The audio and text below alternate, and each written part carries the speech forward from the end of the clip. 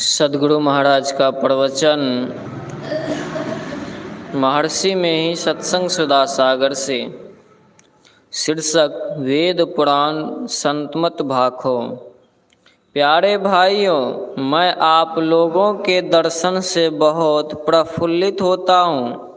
आप सब लोगों को मैं बंदगी और प्रणाम करता हूँ। अररिया इलाके में मैं बुलाया गया था। वहाँ एक पुराने सत्संगी थे, अब उनका शरीर नहीं है। मिडिल स्कूल में सत्संग का प्रबंध था। मैं स्वभावतः अपने जैसा धीरे धीरे बोला। लोग कुछ दूर कुछ नज़दीक थे, कुछ सुने कुछ नहीं सुने, इसलिए लोगों ने हल्ला किया। वहाँ लाउड स्पीकर का प्रबंध नहीं था, उसी प्रकार मैं जोर से नहीं बोल सकता। आप लोग नज़दीक नज़दीक बैठिए तो अच्छा है। आज आप क्या देखते हैं, देश में अनेक ख्याल विचारधाराएं हैं। एक कांग्रेस है जिसका राज्य शासन है, दूसरा सोशलिस्ट समाजवादी और तीसरा साम्यवादी है। ये तीनों हमसे पूछते हैं कि तुम क्या करते हो। तुम शरीर और संसार से अपने को छुड़ाने के लिए कहते हो। इससे देश को क्या फायदा होगा? इस प्रश्न का उत्तर सुन लीजिए, और इसमें अगर देश को कोई फायदा हो तो चुन लीजिए। इस सत्संग के उपदेशों में क्या है, सुनिए। जो सदाचारी होगा वह शरीर और संसार को छोड़ेगा, वही आत्मज्ञान में ऊंचा होगा और माया के आवरणों को पार करेगा, अपने को ऊंचा चढ़ावेगा। ऊंचे से ऊंचा पद जिससे मुक्ति कहते हैं प्राप्त करेगा। जिसमें सदाचार की कमी है वह मुक्ति लाभ नहीं कर सकेगा। सदाचार जिस समाज में होगा उसकी सामाजिक नीति बहुत अच्छी होगी। जहाँ की सामाजिक नीति उत्तम होगी वहाँ की राजनीति अनुत्तम हो संभव नहीं। सब सदाचारी होंगे तो समाज अच्छा होगा। अच्छे समाज जब राजनीति को बनाएंगे तो वह कितनी अच्छी होगी। यह मेरी युक्ति नहीं, बाबा देवी साहब की है। उन्होंने यह युक्ति 1909 ईस्वी में बतलाई थी। सुल्तानगंज से पश्चिम बरियारपुर रेलवे स्टेशन के पास पुरुषोत्तमपुर बलिया एक ग्राम है। वहाँ प्रेमदास नाम के मेरे एक प्रेमी साधु रहते थे। वे मुझे अपनी कुटिया में बुलाकर सत्संग करवाए। अंग्रेजों का समय था, कांग्रेस का दमन हो रहा था। संयोग से दारोगा साहब उसी ओर आ पहुँचे। देखा कि शामियाना टंगा है। चौकीदार को कहा कि साधु को बुलाओ। प्रेमदास गए। दारोगा जी ने पूछा, ए साधु, क्या हो रहा है? प्रेमदास ने उत्तर दिया, मेरे गुरु साधु महाराज आए हैं, सत्संग होगा। ईश्वर का नाम लेंगे, उन्हें याद करेंगे। दारोगा साहब दफादार को वहीं छोड़ गए। दफादार सत्संग सुनकर बोले, ऐसा सत्संग हो तो चोरी डकैती सब बंद हो जाए, हम लोगों को पहरा भी नहीं देना पड़े। मैंने उनसे कहा, आप तो समझे, अब दरोगा साहब को जाकर कहिए सत्संग में 5 पाप झूठ, चोरी, नशा, हिंसा और व्यभिचार छोड़ने के लिए कहते हैं। अगर सब सदाचारी बन जाएंगे तो वहाँ झगड़ा मिट जाएगा, मुकदमा वगैरह भी नहीं होगा, शासन अच्छा हो जाएगा, शासनकर्ता को बहुत सुविधा होगी। इसलिए आप लोगों से प्रार्थना है कि अपने देश को ऊंचा उठाने के लिए सदाचारी बनिए। अभी वेद मंत्र, केन और कठ उपनिषदों के श्लोकों का पाठ हुआ। संत कबीर तथा गुरु नानक आदि संतों के वचनों का पाठ भी आप लोगों ने सुना। वेद मंत्र पढ़ना नहीं जाने तो संतों की वाणी को पढ़कर जान सकेंगे। इन सब को पढ़कर विचारिए कि सबका मत एक है अथवा नहीं। अगर है तो जिस पदार्थ को प्राप्त करने कहते हैं वह एक ही है या नहीं, काम का है या नहीं। काम का पदार्थ होगा तो लेना चाहिए, नहीं तो नहीं। अगर सबका मत नहीं मिलता है तो जो उसमें श्रेष्ठ जाना जाता है उसे ही मानिए। अगर सबका एक ही मत हो तो सामुदायिक भाव मिट जाए। यह जो अलग अलग मत का नाम सुनते हैं इससे मालूम होगा कि इन सब का अलग अलग मत है। लेकिन जैसे कोई गोरे कोई काले किंतु मनुष्य ही हैं, वैसे ही सब संतों का मत है। सब एक ही मत के लोग हैं। तो फिर सांप्रदायिक भाव के कारण जो लड़ाई होती है मिट जाएगी। बहुत पहले राजा लोग देश को टुकड़े टुकड़े करके अलग अलग रहते थे। आपस में लड़ते झगड़ते थे तो दूसरे देश के लोग आकर चढ़ बैठे, घर फूटे गवार लूटे। यह बात बहुत दिनों से चली आ रही है, किंतु वे इस ज्ञान को अपने काम में नहीं लाए। 50 वर्षों से बेसी कोशिश करने के बाद अब अपना देश स्वतंत्र हुआ है। शासनकर्ता कहते हैं सांप्रदायिकता का भाव एक होने नहीं देता। हम लोगों की तरफ देखिए, मोक्ष परलोक ईश्वर को रखते हुए संसार के सारे लोग एकता में रहें। सांप्रदायिकता का भेद मिटकर एक हो जाए तो उसका नाम क्या कहा जाएगा? संत मत। यह कोई नई बात या नया नाम नहीं। यहाँ न पश्चाताप कहो राखो, वेद पुराण संत मत भाखो। गोस्वामी तुलसीदास जी ने रामायण में लिखा है, घर फूटे गवार लूटे कहकर भी जैसे उसे कार्यान्वित नहीं करते, उसी प्रकार संत मत को मानते हुए भी वेद भाव रखते हैं। यह अच्छा नहीं।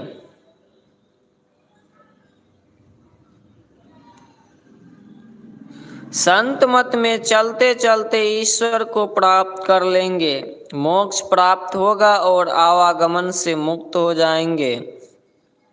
इस सत्संग में घर छोड़ने के लिए नहीं कहा जाता। कमाई करके खाओ, इच्छाओं को समेटते समेटते एकदम कम कर दो तो आनंद पूर्वक रह सकोगे। अगर इच्छाओं को बढ़ाओ तो संसार की सब संपत्ति मिलने पर भी शांति नहीं मिलेगी। वसुधा सपत दीप है सागर, कढ़ी कंचन काढ़ी धरी जय। मेरे ठाकुर के जन इनहु न बांछी है, हरि मांगहूँ हरि रसु दीजय। जो इच्छाओं को बढ़ाते हैं वे इससे दुख पाते हैं। भक्ति का मार्ग जीना रे, नहीं अचाह नहीं चाहना, चरणन लो लीना रे। संत कबीर साहब भी कहते हैं, इच्छा रहित मन बने। यह देह संसार में आकर अकेले नहीं रहेगा, इसके लिए कपड़े भोजन चाहिए। परिवार में लोगों की संभाल बड़ा कठिन है। बाबा जी बन जाओ, स्त्री पुत्र आदि अगर नहीं हो, शादी नहीं हुई तो अकेले ही रहो जैसे मैं।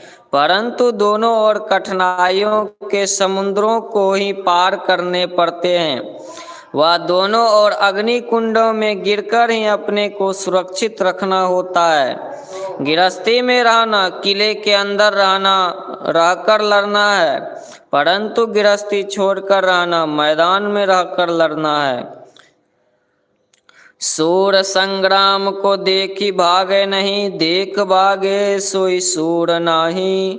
काम और क्रोध मद लोभ से जोझना, मारा धमसान ता खेत माही। साच और शील संतोष साहि भये, नाम शमशेर तह खूब बाजै। कहे कबीर कोई जो ही है सुरमा, कायरा भीरा भीरता तुरत भाजै। अच्छी बात है कि गृहस्थी में रहकर लोग भजन करें। यदि मेरी निस्बत पूछो कि तुमने गृहस्थी क्यों छोड़ी, तो जानना चाहिए कि पहले जैसी जानकारी थी वैसी आजकल नहीं, बदल गई है।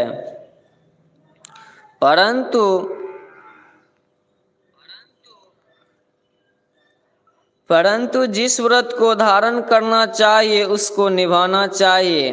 बौद्ध सन्यासी नागसेन ने राजा मलिंद से पूछा, आप किस पर आए?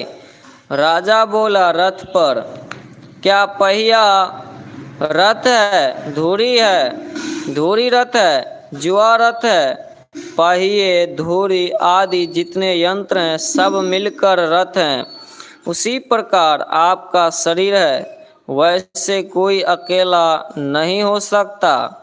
अद्वैत पद में जाकर ही अकेला हो सकता है, संसार में अकेला रह नहीं सकता।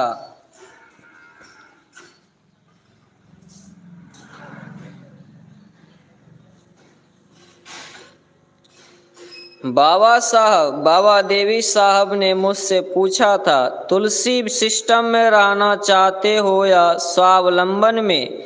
मैंने कहा, तुलसी सिस्टम में।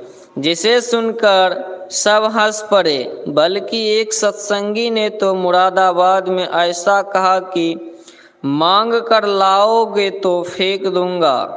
मैंने 2 वर्षों तक लड़कों को पढ़ाया।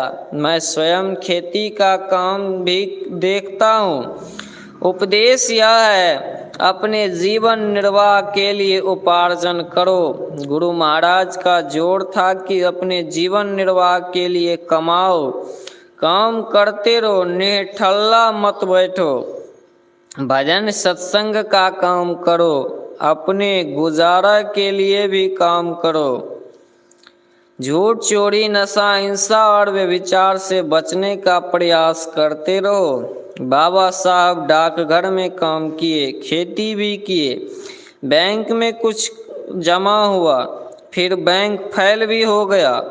अपनी कमाई से ही अपना गुजारा करो, सदाचार से रहो, ईश्वर की भक्ति करो। जीवात्मा बहुत है, ईश्वर कोई नहीं है, कोई ऐसा भी कहते हैं, किंतु यह बात भीतर नहीं जाती। यहाँ आध्यात्मिकता, राजनीति किसी के लिए विरोध नहीं है। आपको संत मत कहना पसंद नहीं है तो आर्य समाज या सन्यासी जो कहिए, किंतु मैं तो कहूँगा कि अपने में पृथक पृथक की भावना ना हो, एक मिलजुल कर रहे। हम देश की रिवाज नहीं तोड़ते। आप सबका छुआ खाइए या स्वयं पाकी बनिए, इसके लिए सत्संग को कोई दखल नहीं। देश में छोटा बड़ा बहुत दिनों से रहा है। देश में नया विधान हो, इसके लिए मुझे कोई लड़ंत भिड़ंत नहीं। अभी आप लोग ईश्वर के विषय में सुन रहे हैं। परमात्मा ईश्वर है, उसकी स्थिति को हम लोग मानते हैं, संत मानते हैं, इसलिए हम मानते हैं, ऐसा नहीं। हमें तो विश्वास है। घर में बचपन से राम राम, वाह गुरु आदि कहते आए हैं। यह श्रद्धा नहीं मिट सकती। राम राम तो बच्चे में कहते थे, किंतु पदार्थ रूप में परमात्मा कैसा है, क्या है, यह सत्संग से जाना जाता है। कोई कहते हैं कि ईश्वर नहीं है तो आश्चर्य मालूम होता है। वेद पुराण संत की वाणी में एक राय यह है कि ईश्वर को जानना और पहचान कर जानना। ईश्वर इंद्रियों से जानने योग्य नहीं है, हाथ पैर से नहीं जानेंगे, स्वाद गंध आदि मालूम ही नहीं होगा, किंतु वह बिन पावन की राह है, बिन बस्ती का देश। बस्ति न शून्यम शून्यम न बस्ति अगम अगोचर ऐसा। गगन शिखर मही बालक बोलही बाका नाम धरोगे कैसा। बस्ती न शून्य देश या काल इंद्रिय ज्ञान में है। जो इंद्रिय ज्ञान से ऊपर है उसके लिए मालूम होता है जैसे है ही नहीं है। वेद में आया है कि आत्मा से आत्मा जाना जाता है। आँख कान दोनों इंद्रियां हैं, किंतु एक का ज्ञान दूसरे के द्वारा नहीं हो सकता। उसी प्रकार मन बुद्धि के द्वारा उस परमात्मा को नहीं जान सकते, अपने से ही जानेंगे। अपने को इंद्रिय से रहित करके गोरख नानक कबीर सबकी वाणी में यही कहा गया है कि इंद्रियों से नहीं आत्मा से जानेंगे, तभी अंतर साधना सफल है। जिस किसी देश में यह सत्संग होगा, जिस देश में ईश्वर के मानने में हिचक नहीं है, उसके लिए फायदा है। सब राष्ट्र एक हो, जैसे मुंगेर भागलपुर आदि अलग अलग जिलों में रहकर भी एक देश के हैं ऐसा मानते हैं, उसी प्रकार अलग अलग देश में रहकर भी अगर अपने को एक माने तो लड़ाई झगड़ा सब मिट जाए। जब तक अपने को अलग अलग मानेंगे तब तक लड़ाई होती रहेगी। नदी के दोनों पार में एक ही देश के लोग हैं, इसी तरह से एक देश से दूर तक समुद्र में चलकर जो दूसरा देश कहलाता है, वह भी तो इसी भूमंडल का देश है। दोनों देशों के लोग एक ही भूमंडल में हैं। दोनों को एक ही भाव से रहना चाहिए। हम दोनों देशों के सब अपने ही हैं ऐसा जाने तो सब लड़ाई झगड़ा मिट जाए। श्री सद्गुरु महाराज की जय। यह प्रवचन पूर्णिया जिला विशेषाधिवेशन ग्राम मोकमा में दिनांक 24 दिसंबर 1950 ईस्वी को प्रातःकालीन सत्संग में हुआ था।